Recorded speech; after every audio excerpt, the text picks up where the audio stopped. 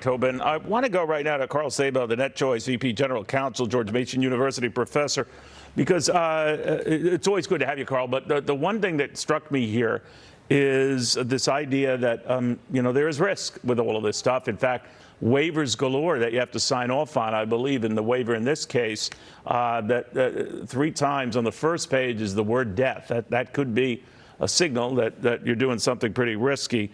But first of all, I wonder how legally these waivers hold, and B, whether people even bother with them, because if you think about it, from going on challenging rides, let's say at a Great Adventure or Disney World, to taking, risky hikes in the Grand Canyon, a lot of people fill out these waivers. Are they now going to be reinforced, made more clear? What? Yeah, thanks for having me back. So with respect to waivers, as you point out, we sign them all the time. We sign them for gym memberships. I signed one when I took my kids to the bouncy house the other day. And typically what they do is they say you recognize there is risk associated with the activity that you are participating in. In this case, there was potential risk of death. And you sign the paper saying, I recognize the risk. I assume the liability, the personal liability for that risk, and I will not hold the provider responsible. Now, that does hold to an extent.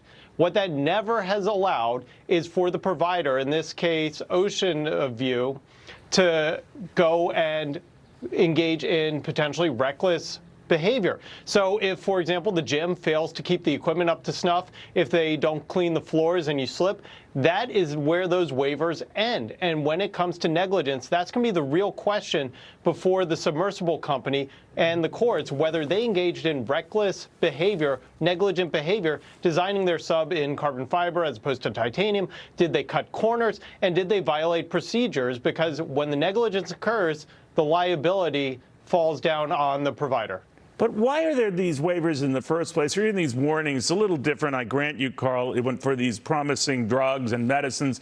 They tell you, this will relieve all your problems. By the way, there's a chance you could die.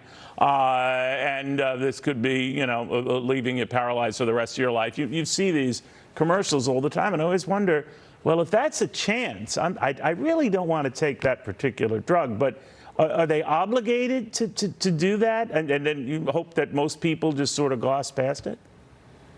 Yeah, I mean, it's mostly written. It's like terms of service or privacy policies that I used to write once upon a time.